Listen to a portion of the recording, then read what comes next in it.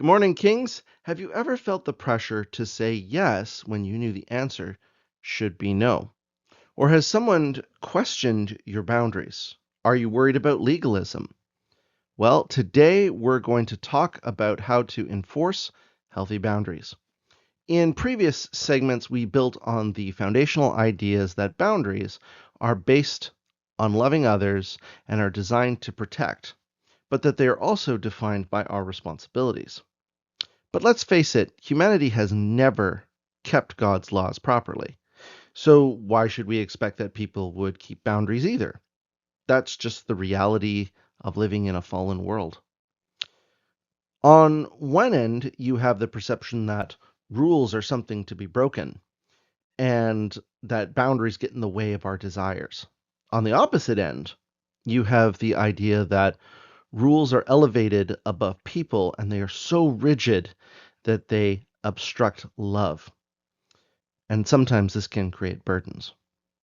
So, how do we enforce boundaries, but do so from a God honoring way? Well, the first step is to remember why these rules exist in the first place. We've already laid the groundwork to be able to justify our boundaries. Mainly, who do our boundaries love? And how do they protect? And from what? And what responsibilities do we have? If you know the answer to these three questions, you should be able to effectively justify your boundaries. Beyond that, I wouldn't go into too much detail because some people might perceive that the more you talk about rules, the more they're open to negotiation. And the ones that seem more relativistic might be harder to justify. So let's talk a little bit about that. Let's say one of my kids wants candy and they say, "Dad, it's loving because it makes me feel good. It tastes good. And sugar gives me energy." Sounds like a loving thing, right? Well, here's what Paul has to say. 1 Corinthians 6:12. I have the right to do anything, you say, but not everything is beneficial. I have the right to do anything, but I will not be mastered by anything. Guess what? Candy might be fine, but when it starts to become a thing that dominates a person, it's not healthy. So that's funny. Not healthy. I, I meant fun. Since when has candy ever been healthy? Anyhow, God gave rules of abstinence for certain things for certain reasons. And just because candy tastes good and feels good doesn't mean we should always have it. Have too much chocolate and kids can get hyper. Even more and they can get sick. So I might have some boundaries around candy and desserts. Only after dinner, only so much candy, maybe only certain types of candy, right? Maybe limited to certain times of the year or special events. A good example of this is we don't have Oreos in our house. Not because they aren't good, see, good instead of healthy, but it's because I have no self control with them. If they are in the house, nobody tells me about them because they know I can't just have one or two or 30, but I'm always allowed to have the last one because I can't have a second one. So as you can see, setting this type of boundary is a little harder because where what's healthy and all that sort of stuff is not clear. In fact, it's very individualistic. But let's take this a step further and talk about things like drinking. How many drinks are too much? For an alcoholic, one is likely too much. Now, this might mean I might need to set boundaries on behalf of a brother to help prevent them from stumbling. That is to not drink when I know they're coming over.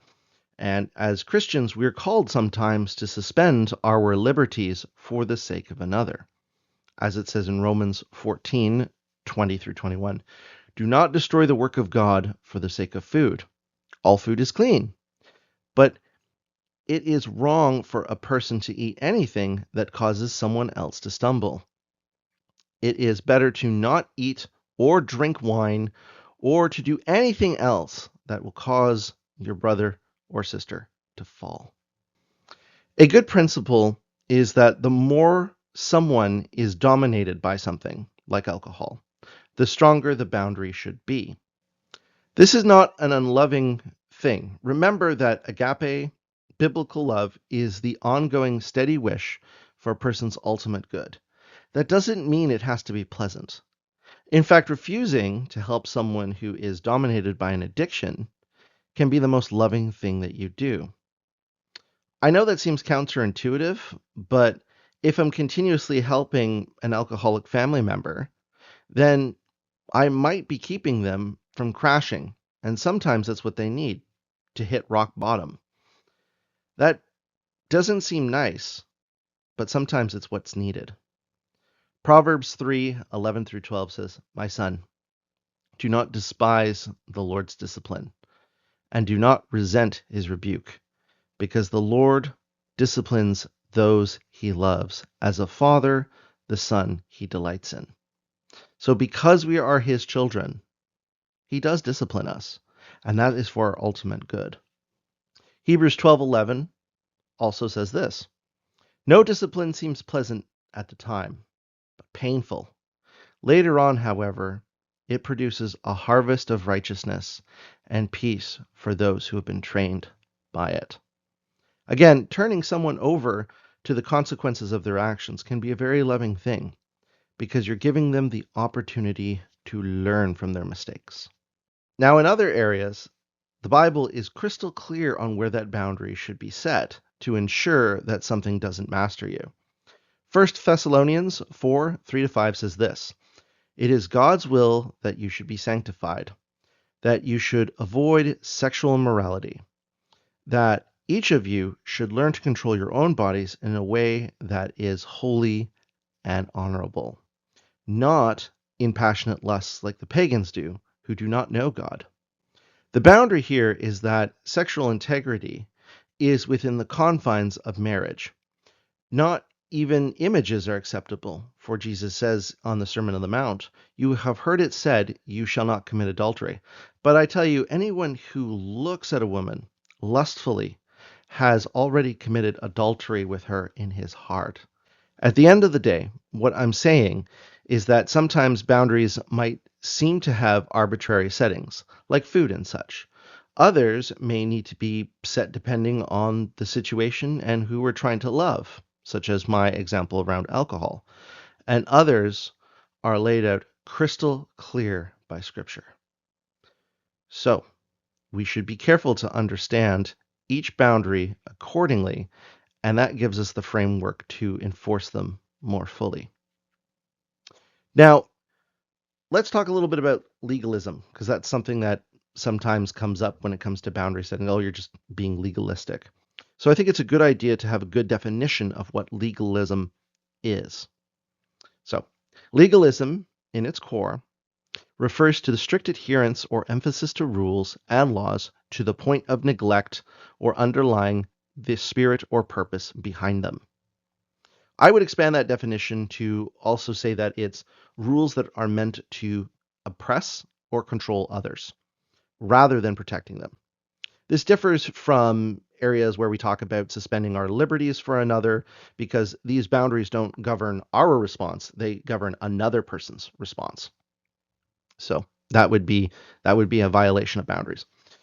So you may have heard of stories of Sabbath or Sunday keepings or day of rest, which turns very quickly into a day of hardship because of human rules and traditions. Examples I've heard is, I can't drive people to the hospital, it's a Saturday. I can't turn on the furnace even if it's freezing. Or I can't call the fire department for a fire because I'm connecting a circuit. Right? These might seem ridiculous to us, but this is what legalism is. Basically, it's when rules matter more than people and laws become weapons. Let me give you an example from Mark 2. One Sabbath, he was going through the grain fields, and as he was making his way, his disciples began to pluck heads of grain. And the Pharisees were saying to him, "Look, why are they doing what is not lawful on the Sabbath?"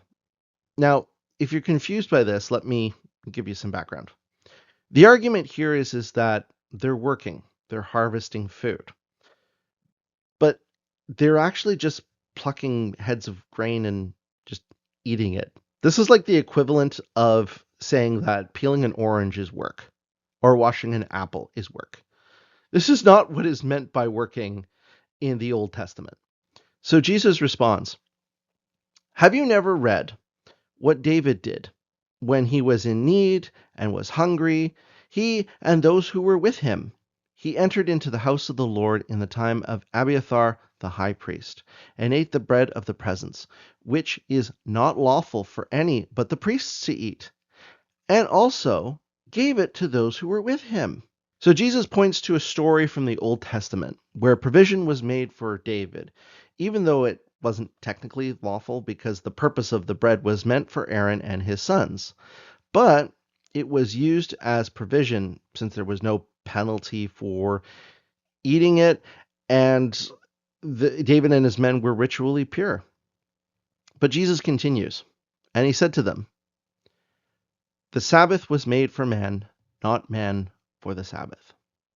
So, the purpose of the day of rest for man is to spend time with God instead of work.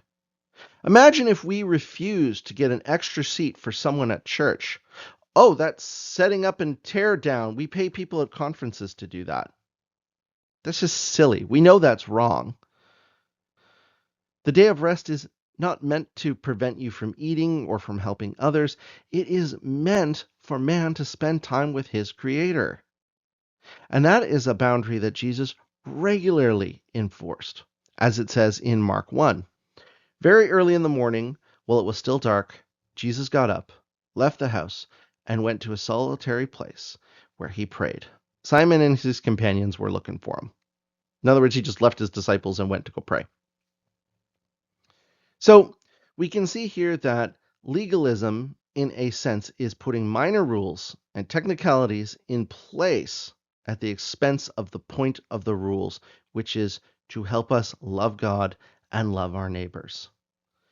In Matthew 23, Jesus drives this point home. "Woe to you, teachers of the law and Pharisees, you hypocrites! You give a tenth of your spices, your mint, your dill, and your cumin, but you neglect the weightier matters of the law. Justice, mercy, and faithfulness. You should have practiced the latter while not neglecting the former. You blind guides! You strain out gnats, but swallow camels." I've been waiting all day to say that. Um, so when it comes to setting and enforcing boundaries, we need to make sure that we're keeping in mind the principle of loving our neighbor. But what about loving God? Doesn't that take precedent? After all, the greatest commandment is to love God with everything we are, and the second is unto it, love our neighbors as ourselves. Well, taking care of the creation is an act of love for the Creator. It's not an either or scenario. You can fulfill both simultaneously. Now, I'll also add to the idea here of legalism is that sometimes the reason for boundaries can change. Let me give you an example. My kids don't go near the stove. That's a rule, and it was meant to love the kids and keep them safe. But if I keep that rule into their teenage years, I'm now neglecting to teach them an important skill. The reason behind the rule has now expired, and now it's become an unloving rule. So it's not a bad idea to check or inventory your boundaries and see if they're still relevant. So we should always keep in mind the reason or the spirit behind the boundary so that we are able to defend it. We are also able to do away with accusations around legalism and fulfill the purpose of our boundaries, which is love. For Paul writes in Romans 13, "Love does no harm to a neighbor. Therefore, love is the fulfillment of the law." Let's get to your reflection questions for today.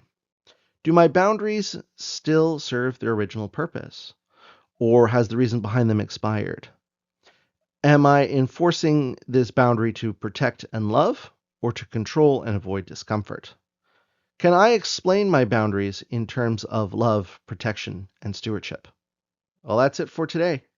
May you remain steadfast in loving others, keeping a clear conscience, that you may grow in that love day by day. Have a good day, Kings.